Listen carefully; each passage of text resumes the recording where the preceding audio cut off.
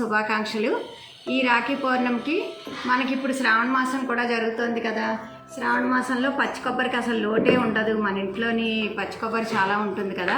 ఇవి ఒక 2-3 చిప్పలు ఇంట్లో ఉన్నాయంటే మనం ఒక మంచి స్పెషల్గా ఐటెం చేసి అందరికీ పెట్టుకోవచ్చు. ఇది వరలక్ష్మి వ్రతం నైవేద్యాలకు కూడా ఉల్లిపాయ వెల్లుల్లిపాయ వాడకపోతే ఇది నైవేద్యంగా కూడా ఈ రైస్ని పెట్టచ్చు.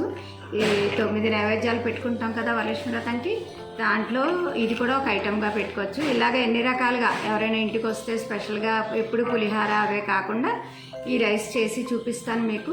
అది కూడా మీరు స్పెషల్ పండుగ రోజు చేసుకొని మీ అన్నదమ్ముల ఇంటికి వస్తారు, తప్పకుండా వాళ్ళకి పెట్టండి.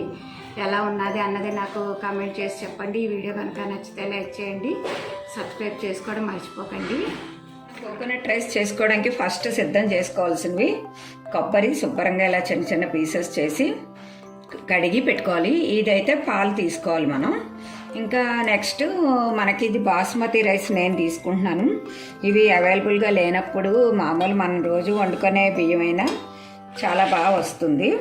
ఇది ఇంకొంచెం బాగుంటుందని నేను ఉన్నాయి కదా అని ఇది వాడుతున్నాను. ఇదైతే నేను 4 కప్పులు బియ్యంతో చెయ్యాలనుకుంటున్నాను. అలాగా ఎవరైనా చేసుకునేటప్పుడు ముందు బియ్యం డిసైడ్ చేసుకోండి. చేసుకున్న తర్వాత ఏంటంటే ఆ బియ్యం ఎన్నైతే మనకి దానికి 1.5 ఒక కప్పు అనుకోండి బియ్యం, 1.5 కప్పు నీళ్లు కావాలి ఆ రైస్ ఉడకడానికి. అయితే దాని బదులు మనం పాలు వేస్తున్నాం, కొబ్బరి పాలు కాబట్టి 1 కప్పుకి 1.5 కప్పు చొప్పున మనం ఎన్ని బియ్యం పెడితే ఈ పాలు అనేవి అన్నీ తీసుకోవాలి. దాన్ని బట్టి మనం కొబ్బరి తీసుకోవాలి.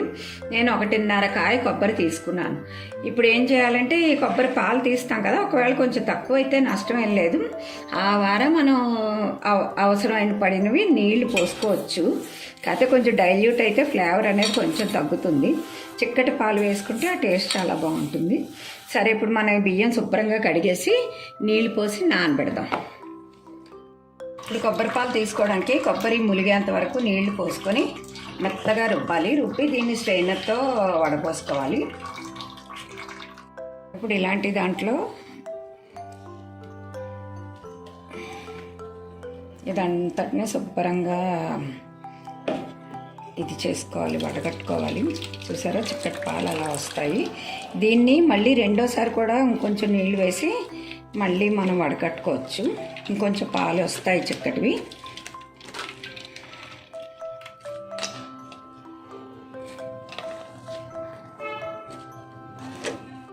మళ్ళీ ఇందులో 1/2 కప్పు నీళ్ళు పోసి ఇంకొకసారి మిక్సీ చేసి మళ్ళీ వడకడదాం. మళ్ళీ రెండోసారి వేసాం కదా, చూడండి ఇది ఇలా వస్తుంది. కొంచెం డైల్యూట్ అవుతాయి అయినా పర్లేదు, వస్తుంది కదా మనకి. పాలైతే కొంచెం వస్తాయి, కొబ్బరి పాలు అయితే. ఇంక ఇలాగా తీసేసుకొని పాలు ఎన్ని ఉన్నాయో కొలిచి రెడీ చేసుకుందాం. ఇంకా ఇంకొంచెం ముక్కలు ఉన్నాయి, అవి కూడా నేను వేసేసి అప్పుడు పాలు కొలిచి చూపిస్తాను. ఫస్ట్ మనం బండి ఇలా కొంచెం దలసరిగా ఉన్నది పెట్టుకుంటే మాడిపోకుండా ఉంటుంది.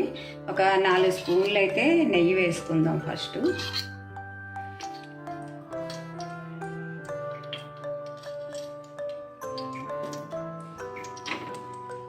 మనం హోల్ మసాలావే తీసుకుంటున్నాం. దీనిలోకి గరం మసాలా పౌడర్ అయితే తీసుకోము. ఎందుకంటే ఈ కొబ్బరి పాలు తాలూకా ఫ్లేవర్ని ఇవేవి డామినేట్ చేస్తే బాగుండదు. అందుకని చాలా కొంచెంగా కొంచెం ఇలాచీ తీసుకున్నాను, దాల్చిన చెక్క, ఇదిగో లవంగాలు, ఇదిగో ఈ మొక్క, ఇది బిర్యానీ ఆకు, మిరియాలు. ఈ మిరియాలు ఒక 2 పచ్చిమిరపకాయలు తప్ప ఇది బాగా స్పైసీగా ఉండదు. అందుకని ఇవన్నీ ఇప్పుడు వేసి కొంచెం లో ఫ్లేమ్లో వేయించుదాం.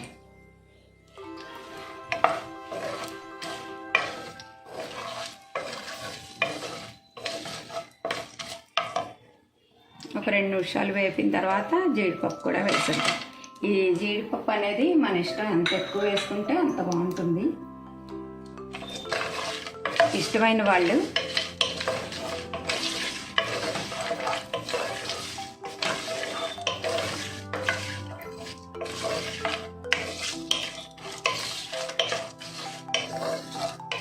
ఇది చాలా టేస్టీగా ఉంటుందండి. ఇంటికి ఎవరైనా గెస్ట్లు అవి వస్తారు అంటే కొంచెం కొబ్బరి ఉంటే వెంటనే ఎప్పుడు బిర్యానీ, పలావు ఇవన్నీ అంటే మనకు కొంచెం కూరలు ఉండాలి, మసాలా పేస్ట్లు ఉండాలి, ఇవన్నీ కదా.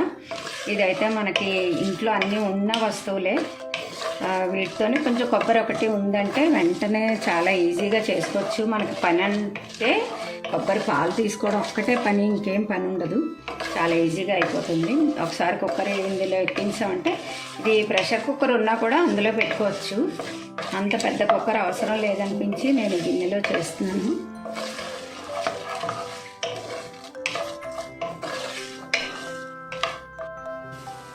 ఇప్పుడు ఒక 4 మిర్చి చీలికలు చేసుకొని వేసుకుంటాను.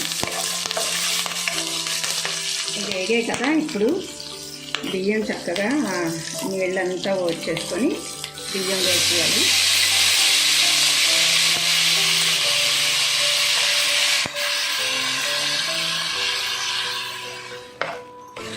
ఇప్పుడు దీన్ని కొంచెం మనం ఓడ్చినప్పుడు బియ్యం వేస్తున్నప్పుడు వాటర్ ఉంటుంది కదా, అది కొంచెం ఎగిరిపోయేదాకా కొంచెం లైట్గా అలాగ ఫ్రై చేస్తూ ఉండాలి. బియ్యం ముక్కలు అయిపోకుండా లైట్గా ఇలా వేయించాలి ఒక 2-3 నిమిషాలు.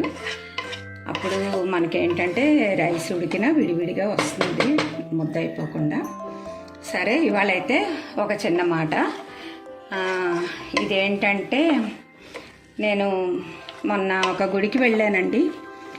అక్కడ ఒక అమ్మాయి, అంటే ఒక 20 ఏళ్ళు ఉంటాయి, ఆ అమ్మాయి చాలా టైట్ జీన్స్ ప్యాంటు, కొంచెం పొట్ట కనిపించేటట్టు టీషర్టు వేసుకొని వచ్చింది. కొంచెం అంటే అందరూ కొంచెం చూస్తున్నారు ఆ అమ్మాయినే ఎబ్బట్గా. అంటే నేను అవి ఇప్పుడు మోడర్న్ డ్రెస్సులు వేసుకోవడం తప్పు అని నేను అన్ను, కానీ అకేషనల్గా వేసుకోవాలి అనేది మటుకు కరెక్టా కాదా చెప్పండి. ఇప్పుడు ఎవరో చనిపోయారని మనం పరామర్శకు పట్టుచీర కట్టుకొని వెళ్ళాం కదా, పువ్వులు పెట్టుకొని పట్టుచీర కట్టుకొని వెళ్తామా? పెళ్ళి పేరెంటాలకు వెళ్తే అలా వెళతాం. ఏదో ఒక పార్టీ ఫంక్షన్లకి వెళ్తే కొంచెం మోడర్న్ డ్రెస్సులు వేసుకోవచ్చు. ఓ గుడికి గోపురంకి ఎవరింట్లోనో వ్రతాలు పూజలు అన్నప్పుడు మనం ఏం డ్రెస్ వేసుకోవాలి అనేది కొంచెం ఆలోచించుకొని వేసుకోవాలన్నమాట. మన వేసుకున్న దుస్తుల్ని బట్టి మనం ఆ అట్మాస్ఫియర్లో మనం ఇమడగలుగుతాం. లేకపోతే ఎలా ఉంటుంది, అందరూ మనని అబ్బట్టుగా ఉన్నది అన్నట్టు చూస్తూ ఉంటారు. అదే ఒక చక్కగా సాంప్రదాయంగా గుడికి వచ్చిన పిల్లల్ని అందరూ ఇష్టంగా అభిమానంగా చూస్తారు. మనం ఉండే సరౌండింగ్స్ని బట్టే మనం బట్టలు వేసుకోవాలనేది నా ఉద్దేశం. మీకు ఎవరికైనా నేను చెప్పింది నచ్చకపోతే ఏమనుకోకండి, నచ్చితే కొంచెం ఆచరించడానికి ట్రై చేయండి. మనకి బియ్యం బాగా వేగాయి. ఇప్పుడు మనం ఇందులోని దీనికి సరిపడగా సాల్ట్ వేసుకుందాం.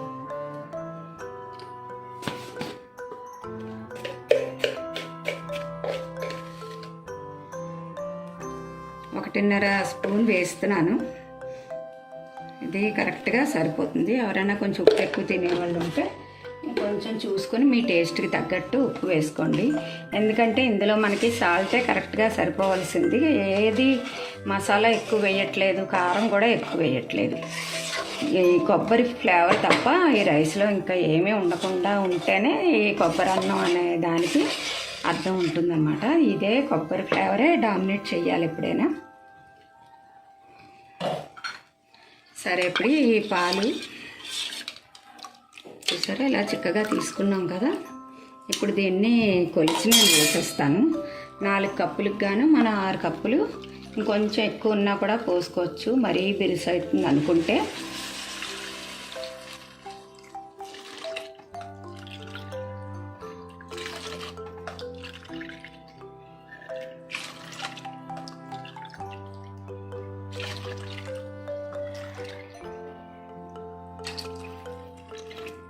కరెక్ట్గా 6 వచ్చాయి, అంటే ఇంకొంచెం ఎక్కువ వచ్చాయి. నేను వేసేస్తున్నాను. కొంచెం అంటే మెత్తపడితే పడచ్చు, మరీ బిరుసుగా ఉండాలనుకున్న వాళ్ళు ఇంకా వేయకండి అలా మిగిలితే.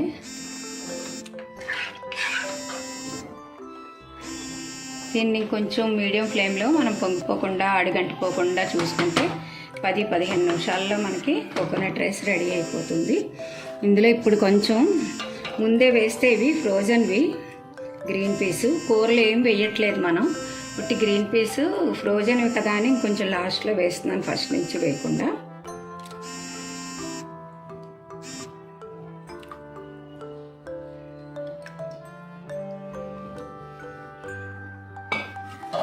అంతే అంతే, చక్కగా మూత పెట్టేస్తే మనకి 15 నిమిషాలు మ్యాక్సిమం పడుతుందండి. ఇప్పుడు మనం ఒకసారి చూద్దాం ఇది ఎలా ఉందో. చక్కగా అయిపోయింది ఇది. ఇప్పుడు మన స్టవ్ అయితే నేను ఆఫ్ చేసేస్తున్నాను. కొంచెం పైన మంచి ఫ్లేవర్ రావడం కోసం, ఇది విడివిడిగా అవడం కోసం ఇది ఇప్పుడు ఇలా కనిపిస్తుంది కదా. కొంచెం మనకి చల్లారిన తర్వాత వెరవెరలాడుతూ వస్తుంది. ఇప్పుడు వేడి మీద కానీ కలిపామంటే మొత్తం ముద్ద అయిపోతుంది. అందుకని ఇది మూత పెట్టి ఒక 10 నిమిషాలు అలా సెట్ అవనిద్దాం. ఇప్పుడు అది మనం రైస్ ఆపేసాం కదా, అది కొంచెం సర్దుకొని వేడి చల్లారేలోపు మనం దీనిలోకి రైతా చేసుకుంటాం. ఇది అంతా చాలా సింపులే. ఒక 2-3 ఉల్లిపాయలు సన్నగా కట్ చేసుకున్నాం, టమాటా చేసుకున్నాం, ఇంకా పచ్చిమిరపకాయలు 2, కొంచెం కొత్తిమీర,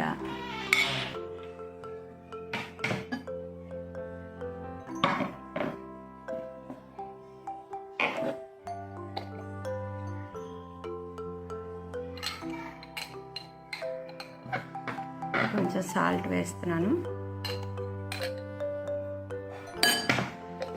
ఇంకా మరి ఈ ఫ్లేవర్ ఇష్టమైన వాళ్ళు కొంచెం పెప్పర్ పౌడరు, అంటే ఇది మిరియాల పౌడరు, ఇష్టమైన వాళ్ళు ఇది వేసుకోండి. ఇది పూర్తిగా ఆప్షనల్ అండి. ఇష్టం లేకపోతే అది స్కిప్ చేసేసేయండి, వేయకండి. ఇప్పుడు ఇదన్నీ ముందు బాగా కలిపేసుకొని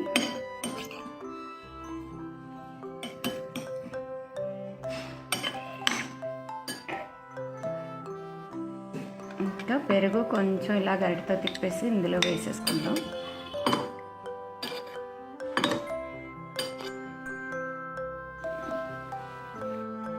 ఇలా రెడీ చేసి పెట్టుకుందాం. ఇప్పుడు మనం ఈ కొబ్బరి అన్నం కొంచెం సెట్ అవుతుంది. ఈ పాటికి మనం సర్వింగ్ బౌల్లోకి తీసుకుందాం. ఇప్పుడు మనం చూసారా, మనం ఇందులోని కారం, పసుపు ఇలాంటివి ఏం వేయకపోతే చక్కగా తెల్లగా మంచిగా గ్రీన్ కలర్లో ఎంత బాగుందో మనకి కొబ్బరి అన్నం.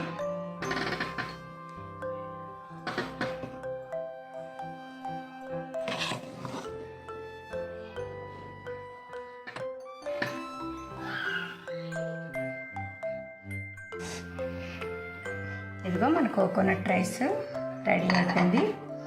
ఇంకేమో ఇందులోకి సైడ్ డిష్గా రైతా చేసుకున్నాం. ఇంకా కడుపు నిండా తినడానికి ఫ్రూట్ బౌల్ రెడీ చేసుకున్నాం. ఆత్మీయులతో సంతోషంగా ఆనందంగా భోంచేయడానికి ఇంతకన్నా మంచి డిషెస్ ఏమైనా అవసరమా చెప్పండి.